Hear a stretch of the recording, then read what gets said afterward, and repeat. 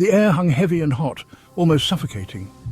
It was the kind of humid summer night that made every breath feel like a chore, that clung to you like a wet blanket, wrapping you in its oppressive embrace. Not even the crickets chirped, their usual symphony replaced by an eerie stillness. An unnatural silence had settled over the woods, a silence so profound it felt alive, pressing in on us with the weight of 1,000 unspoken threats, each one more menacing than the last. My friends and I, we didn't notice the change at first. We were too busy laughing, acting tough, trying to outdo each other with bravado, pretending we weren't scared out of our minds, even though our hearts raced with every step. We told ourselves this was fun, an adventure we'd laugh about later. This midnight trek into the heart of the Maryland woods, a rite of passage we couldn't back out of. "Come on, scaredy cats!" Mark yelled, his voice breaking the silence like a stone through glass, his voice echoing in the stillness, bouncing off the trees and coming back to us distorted. "It's just a story. The Goatman doesn't exist," he insisted, trying to sound confident. He plunged deeper into the woods, daring us to follow, his silhouette barely visible in the darkness. We were young, invincible, or so we thought, our youthful arrogance blinding us to the dangers. We didn't know then that the silence wasn't our friend, that it was a harbinger of something sinister. It was a predator lying in wait, watching us with unseen eyes. My heart pounded against my ribs, each thud a drumbeat of unease that grew louder with every step. Each thud a drumbeat of unease, a reminder that we were not alone. I tried to ignore the prickling sensation on the back of my neck, the hairs standing on end, the feeling that we were being watched, that unseen eyes were tracking our every move. I quickened my pace, catching up to the others, their presence a small comfort in the oppressive darkness, their laughter a flimsy shield against the growing darkness, a desperate attempt to keep fear at bay. We pressed on, the humid air thick with the smell of pine needles and damp earth, a scent that clung to us, a smell that even now reminds me of that night, a night that would be etched in our memories forever. The night the silence broke, shattering our illusions of safety and invincibility.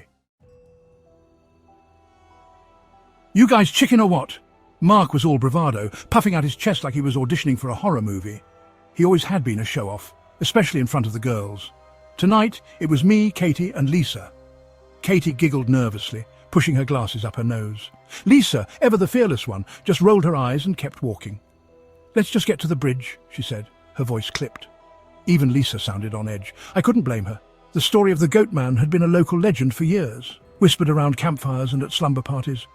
A half-man, half-goat creature, they called it, roaming the woods around the old Governor's Bridge, searching for victims. We all knew the legend, but it was different out here, in the suffocating darkness, the air thick with the threat of something unknown. The usual comfort of disbelief was gone, replaced by a gnawing fear in the pit of my stomach. We were playing with fire, and I had a feeling we were about to get burned. The woods opened up, revealing the skeletal silhouette of the old Governor's Bridge.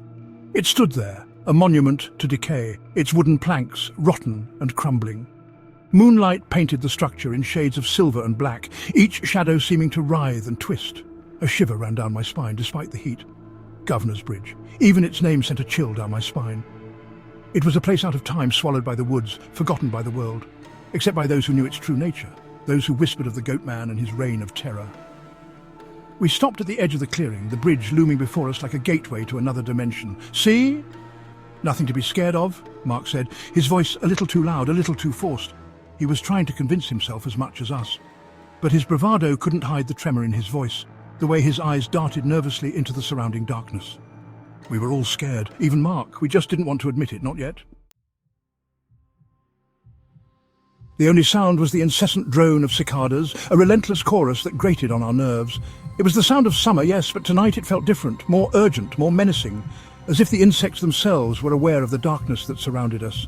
And then just as suddenly it stopped. The cicadas' song, ever present, ever annoying, vanished. Silence slammed down, heavy and absolute. It was as if someone had hit a mute button on the world. The air, thick with humidity moments before, now felt thin, hard to breathe.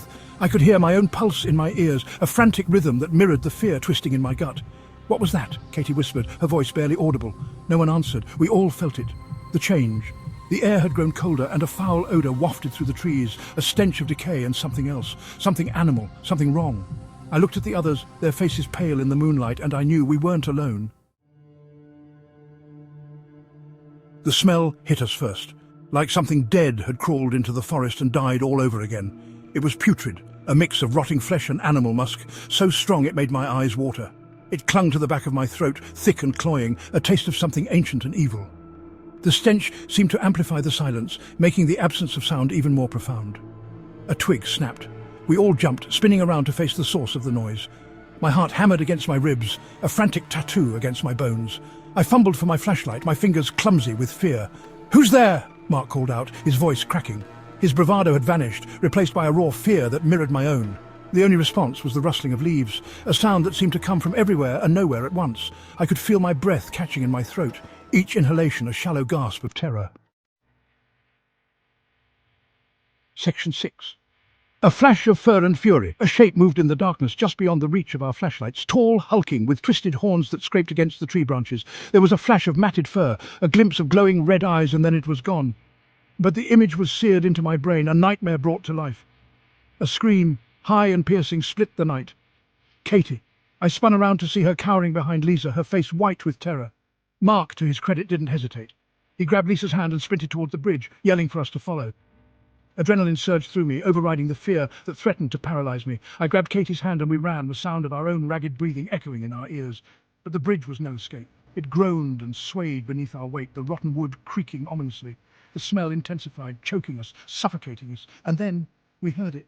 The sound of hooves pounding on wood, heavy and relentless, coming from behind us. The Goatman was close. Section 7. Tangled and Trapped. The bridge swayed precariously, each step threatening to send us plunging into the darkness below. The wooden planks creaked under our weight, and the ropes holding the bridge together groaned ominously. Every step felt like a gamble with fate, a dance with the abyss that lay beneath. We were trapped, running on a decaying platform with nowhere to go. The bridge seemed endless, stretching out into the night, offering no sanctuary, no escape. The darkness around us was thick, almost tangible, pressing in from all sides. Behind us, the sound of hooves grew louder, closer, and I knew we were running out of time. The rhythmic pounding was relentless, a grim reminder of the danger that pursued us. Each beat of the hooves echoed our own frantic heartbeats, a symphony of fear and desperation. I risked a glance over my shoulder and saw it, the Goatman. A dark silhouette against the night, its form both human and beast. A nightmare made flesh. Its presence was a shadow that loomed over us, a predator stalking its prey. Its eyes, glowing like hot coals, bored into me, filled with a chilling intelligence that sent shivers down my spine. Those eyes seemed to see right through me, piercing my very soul, leaving me paralyzed with fear. Its breath formed clouds of vapor in the cool night air. The stench of rot almost unbearable at this distance. The smell was a sickening blend of decay and death, a scent that clung to the back of my throat and made my stomach churn. It let out a guttural roar, a sound that seemed to vibrate in my chest, and I knew then that we were doomed. The roar was a declaration of our fate, a sound that resonated with finality, sealing our doom. Katie stumbled, a strangled cry escaping her lips. Her fear was palpable, a raw, visceral thing that mirrored my own. The bridge seemed to conspire against us, its uneven planks a treacherous path. Her ankle, twisted at an unnatural angle, had gotten wedged between the rotten planks of the bridge. The pain was evident in her eyes, a silent scream that echoed in the night. I tried to pull her free, but it was no use. She was stuck. The more I pulled, the more the planks seemed to tighten their grip, as if the bridge itself was determined to keep her. The sound of the Goatman's hooves pounded closer, each thud a hammer blow to my heart. The rhythm was relentless, a countdown to our inevitable end. We were out of time. The darkness closed in, the bridge swayed, and the Goatman was upon us. Our fate was sealed, tangled and trapped in the night. Section 8. Face to face with fear. It towered over us, a grotesque mockery of both man and beast. The Goatman, its eyes glowing with malevolent glee, held mine captive. I couldn't breathe, couldn't move, couldn't scream. The stench of decay was overpowering now, suffocating me. I squeezed my eyes shut, waiting for the end. But the end didn't come. I opened my eyes a sliver. The Goatman was no longer looking at me. Its attention was focused on Katie. She lay whimpering on the bridge, her face ashen, her eyes wide with terror. The creature leaned down, its rancid breath washing over her. Then it did something unexpected. It reached out its hand. It wasn't a hand I expected. It wasn't covered in coarse fur like the rest of its body. This hand was human, pale, almost delicate, and ice-cold. I watched in horrified fascination as the hand reached out and gently brushed a stray strand of hair from Katie's face. It was a gesture so tender, so unexpectedly human, that it chilled me to the bone more than any roar or snarl could.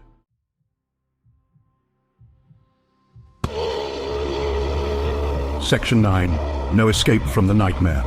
The hand retreated and the Goatman straightened up, its grotesque form towering over the shadows.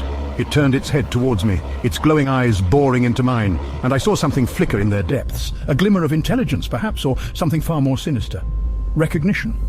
Amusement, pity, I couldn't be sure. My mind raced, trying to decipher the emotions behind those eyes, but all I felt was an overwhelming sense of dread. Then, with a sound that was both a growl and a sigh, it turned and melted back into the darkness, as if it had never been there at all. The sound of its hooves faded into the night, leaving us alone on the creaking bridge. The silence that followed was deafening, filled only by the echoes of our own fear. I stayed frozen, my heart still pounding against my ribs, even though the danger had passed. Or had it? The forest seemed to hold its breath, waiting for something. Katie was still caught, her ankle twisted at an unnatural angle. The pain etched on her face mirrored the terror in my heart. As I helped her up, the image of that pale human hand lingered in my mind. It was a stark contrast to the monstrous figure, a chilling reminder of the horror we had just faced. It was a chilling reminder that some horrors are more than just monstrous appearances and blood-curdling roars. They are the things that haunt your dreams and linger in the corners of your mind.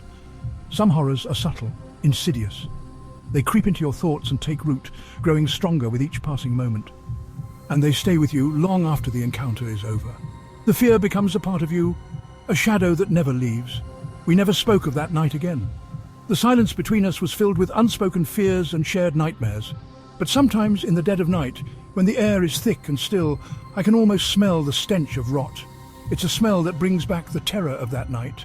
And I see those glowing red eyes watching me, waiting for me. They are a constant reminder that the nightmare is never truly over. And I know with a certainty that chills me to the bone that the Goatman isn't finished with me yet. The fear is always there, lurking just beneath the surface. The nightmare isn't over, it's just beginning. And as long as those eyes haunt my dreams, I know I will never truly escape.